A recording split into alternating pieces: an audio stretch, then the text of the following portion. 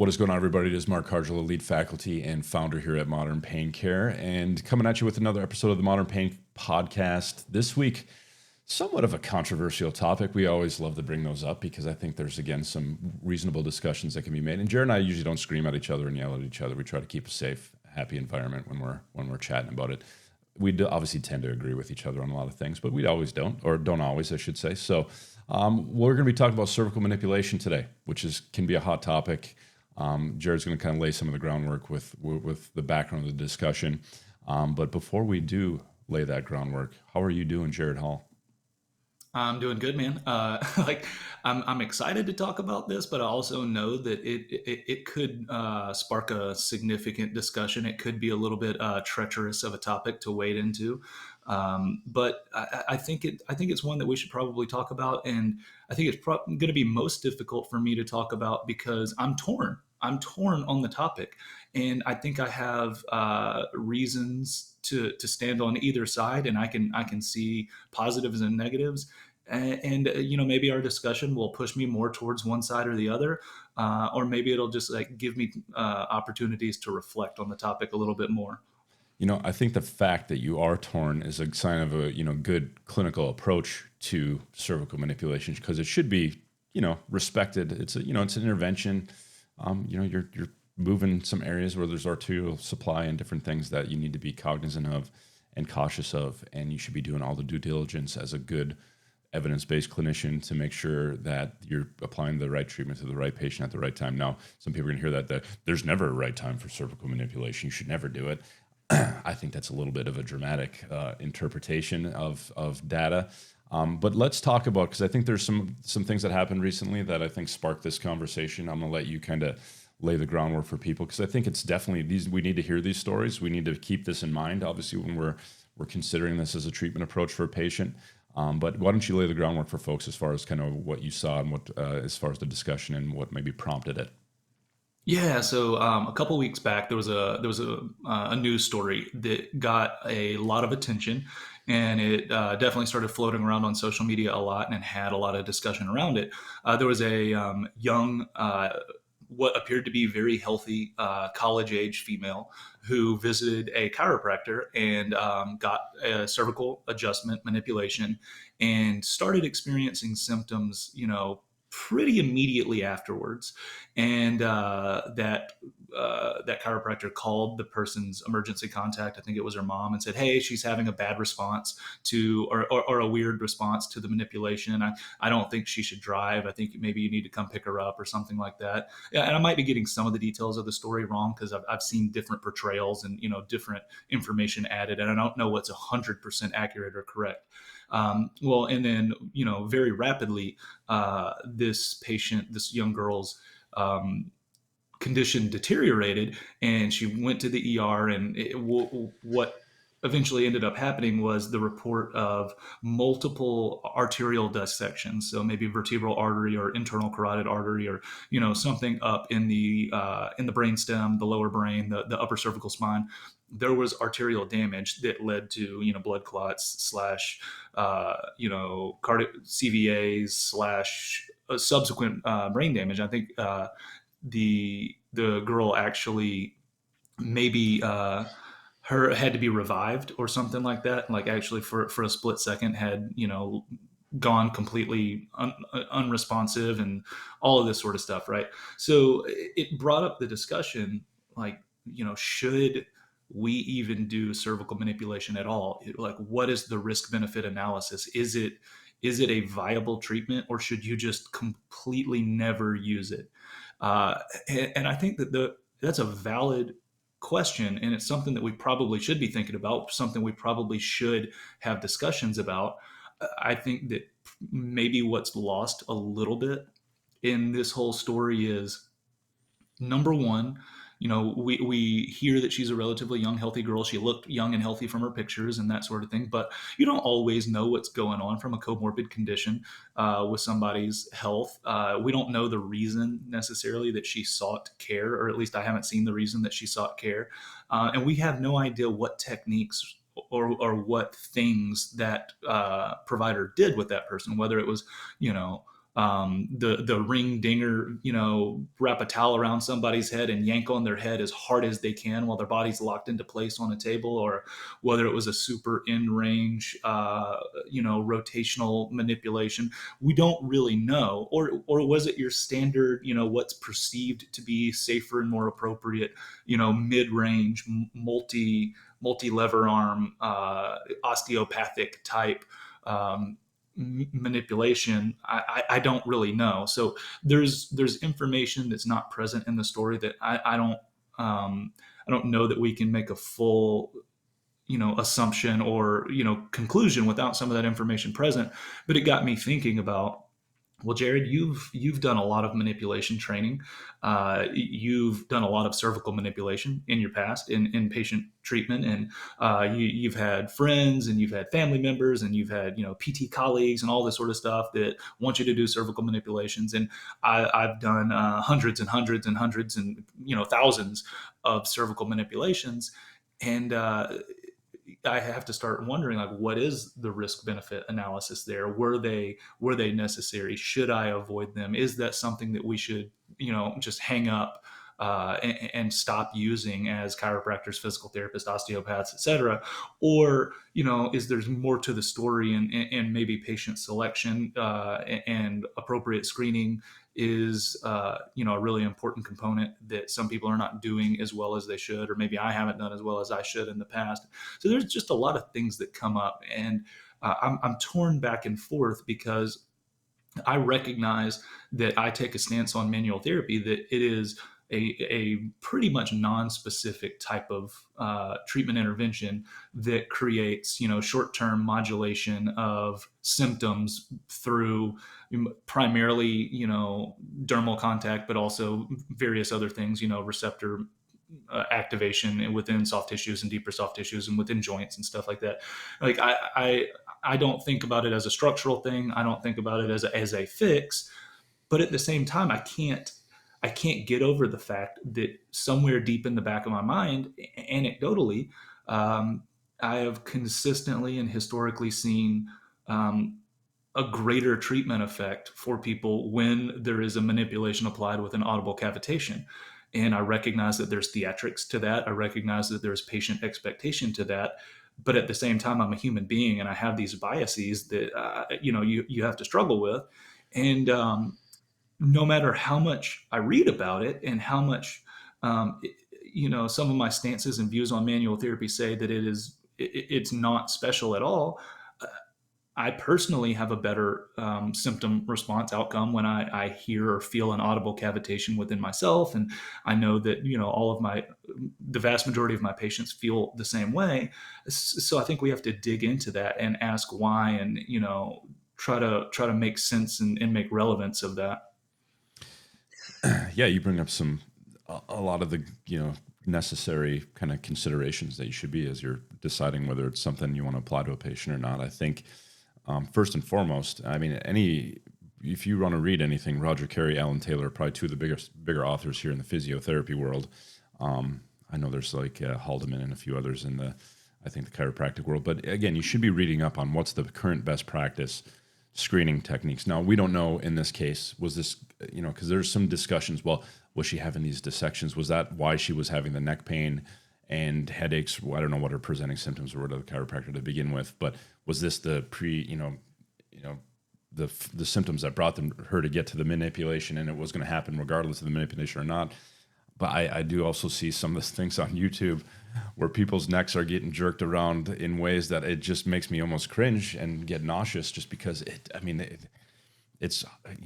don't know. I just think there's room, if you watch those, that you could see how structures can be stretched and torn with it. But yeah, I just think in the end we have to be good evidence-based clinicians, taking the risk into mind, knowing the patient that's in front of you, who you're deciding if it's going to happen or not. Now, if it's somebody who's morbidly obese, has all the risk factors for clots or dissections, arteriosclerosis, the hypocholesterolemia, all the different risk factors and stuff, where they are somebody who's probably going to have some arterial disease and then you're thinking of like, hey, I don't know if the juice is worth the squeeze personally in those situations.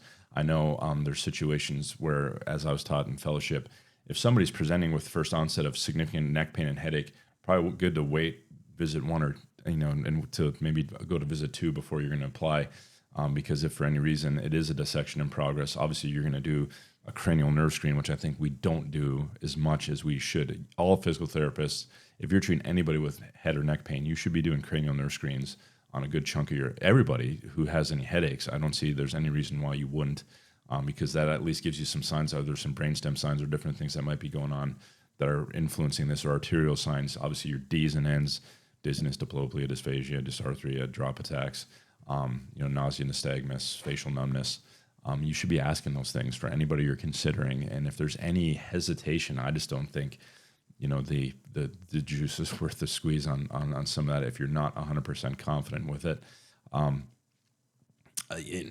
I do agree, though, on the flip side, that there are patients, and I do tend to see that cavitation seems to be an important part of the response. Patients seem to, and we could say there's probably some non-specific expectations and stuff, yet you'll see studies where I remember, I think it was Cleveland, if I remember right, the audible pop, is it necessary? And they found that there were still some benefits whether the pop happened or not. But I think from a patient perspective, patient non-specific effect, I do think the cavitation probably brings something to the table.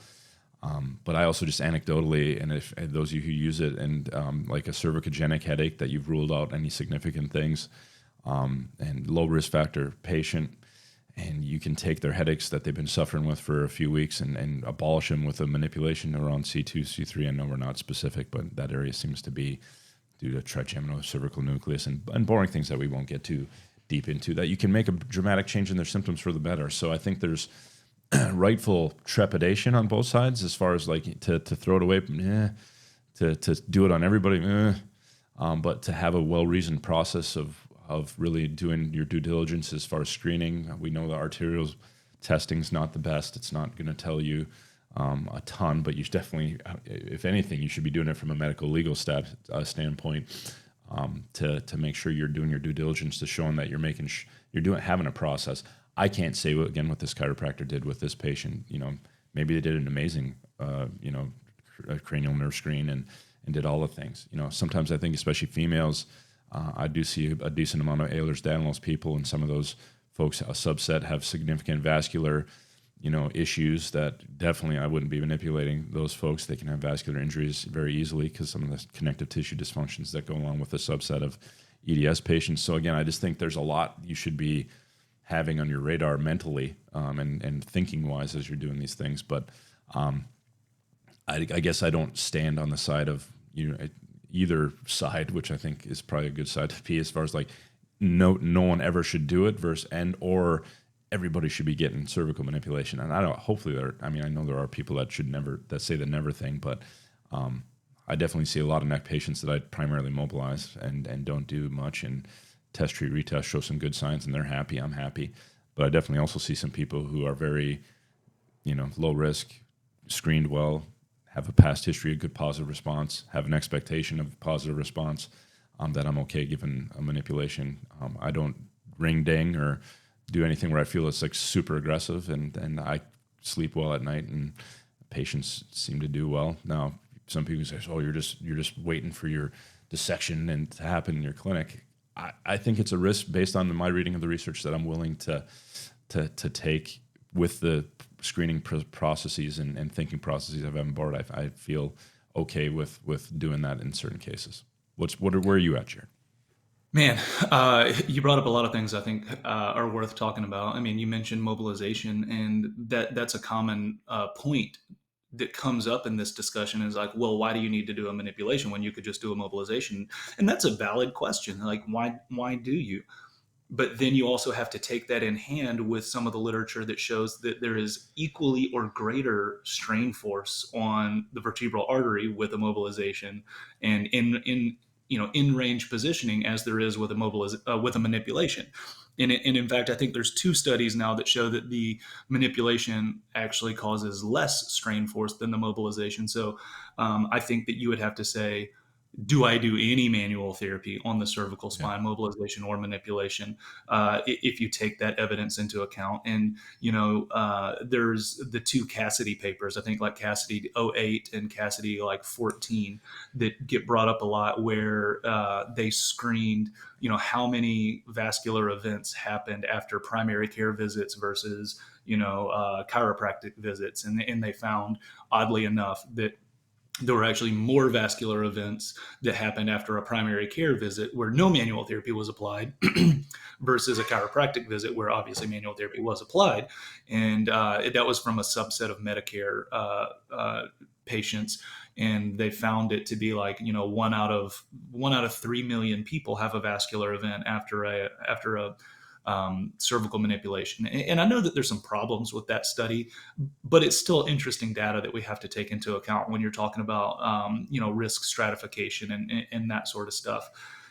And then to go even further, you mentioned patient expectation, and I believe it's Louis Plinadora who has the cervical manipulation CPR, where it's ipsilateral limited rotation and mid cervical spine pain with PA or whatever it is, and then patient expectation of cervical spine manipulation. And when you take any one of those signs and factors on its own, the patient expectation of a cervical manipulation is the strongest predictor of success from a cervical manipulation, which um, that becomes the discussion of the self-fulfilling prophecy of, if we keep doing cervical manipulations, then patients will keep expecting to get better from them. So it's going to just continue the cycle of people coming in and expecting cervical manipulation and getting a better response because they expect it.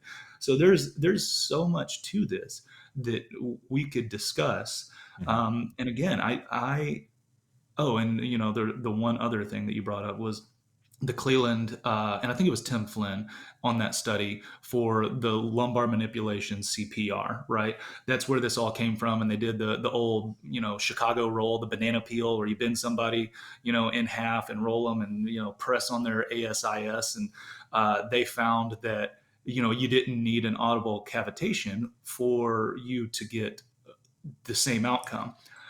I think there's some interesting stuff to discuss with that, because like I only see that manipulation get an audible cavitation like 1 out of 20 times. We teach it every single year in our MSK curriculum. It's just not a very effective or comfortable or um, reasonable manipulation approach to take for the lumbar spine, in my personal opinion.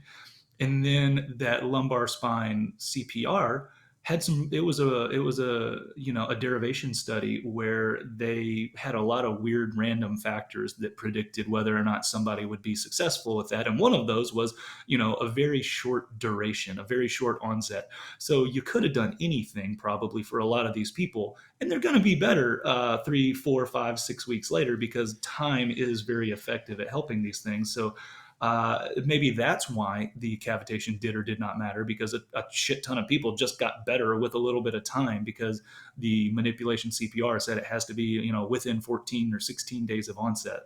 Yeah, a young overall healthy military population too, which probably has even a more propensity to have a good natural history response to back pain. Yeah, a lot of things to unpack with a lot of these studies, but I think hopefully what folks are hearing is that there should be a well thought out, reasoned approach and considerations of all these factors when you're deciding if this is something that fits with the n equals one in front of you each day, each patient that you see. I I think again, it should be a mutual decision, and we also have the discussion of like explaining risks to patients and informed consent. That's a whole nother discussion on it. Well, we don't do informed consent when we put somebody on a treadmill or do these or have them take ibuprofen, which you could argue has higher risk than that. And I think there's fair arguments on both sides of that. Maybe we have another discussion on the informed consent thing, but I always explain what we're going to do and what it involves. And are you okay? Is that something you're cool with us proceeding with? Again, most patients that I apply manipulation, I've had it numerous times. I tend to try the mobilization route before I go manipulation if it's not somebody that's had it, just because again, my bias. Not saying that's the right way or wrong way by any means, but Yeah, it's interesting, but hopefully, again, you should be. We'll see if we can link some of the clinical kind of guidelines as far as screening for, cervical arterial function. We'll link some Roger Carey, Alan Taylor's work, and some of the Cassidy work that Jared said, so you guys can kind of look at it for your own, perusal and see what your kind of take is on it. Be careful. I just would say. No, granted, Jared and I don't. I mean, I teach it a little bit, in not as much anymore in undergrad or in grad school, like DPT school, but I don't go out on continuing education courses and teach it. So I'm always telling folks, not because, I mean, everybody has malicious intent or anything, but if somebody's really spouting at the mountaintops that it should be done, and they're also profiting from teaching courses of how to do it, again, not saying that that person's got bad intent, but we should at least pump the brakes and be a little bit cautious in our interpretation of their opinion on things. Just well round it out. Get all the opinions. Let yourself make the judgment, and not loud voices on social media or loud voices from folks that teach it. I know there's a lot of great folks who are teaching it that do it in a very well reasoned, patient-centered manner. So I'm not saying everybody who teaches it has, so don't hear that, because I don't want to get hate mail. But yeah, what do you want to leave folks with, Jared? Man, I'm just going to leave folks with something that I probably should say more than I do, but maybe people don't hear me say as much as I should, is that I just don't know. I really just don't know on this topic. And I want to see the discussion continue, and I want to see more and more research on it. I want to get, more and more data to make good decisions with, because I'm on the fence on this question. And I want to hear everybody's perspectives. And there you have shot your social media in the ass, because now you're not taking a stir up the pot dichotomous viewpoint where it's all or none, baby. You gotta take you gotta go to the far side, so the algorithm gets stoked and all that stuff. As you can tell, I'm a little bit of a social media. I'm not a fan, but anyway. But that's what I think. That's the risk of social media, in my opinion, is it tries to pull us to one side versus the other, and it really hinders the well-reasoned middle ground that often exists with most of these discussions. And it is okay not to know. And I think having that trepidation and not sure is a good way to proceed with many issues, just because it keeps your mind open to hearing both sides of an argument, not just walling yourself off to whatever group of like-minded, group-thinking individuals. So keep not knowing and not knowing the answer. And if strong evidence comes out that points us in one direction, be willing to move in whatever direction it is, and not dig yourself into believing that it's one way or the other. So I definitely can appreciate what your thoughts were there, Jared. And I'd love to hear your guys' thoughts. A lovely topic that I hopefully we can, if you guys chime in on social media, we'd love to hear where you're at with it and what you think. And, definitely would be a good little discussion to have. Again, let's try to keep it civil so people don't, some of these topics we talk about, can turn on the emotions. But let's keep it well-reasoned and keep it respectful. If some people don't, some people do. Yeah, that's all right. There still could be amazing people. Doesn't mean that they're bad people. It's just they don't think maybe the same way you do, which is okay in this world, believe it or not. So, all right, I'm going to leave you guys with that. Hopefully you found some value in the episode. Make sure you guys are subscribing on the old YouTube and on the podcast providers, just so we can get this information out to more people. But until next time, we'll talk to you next week.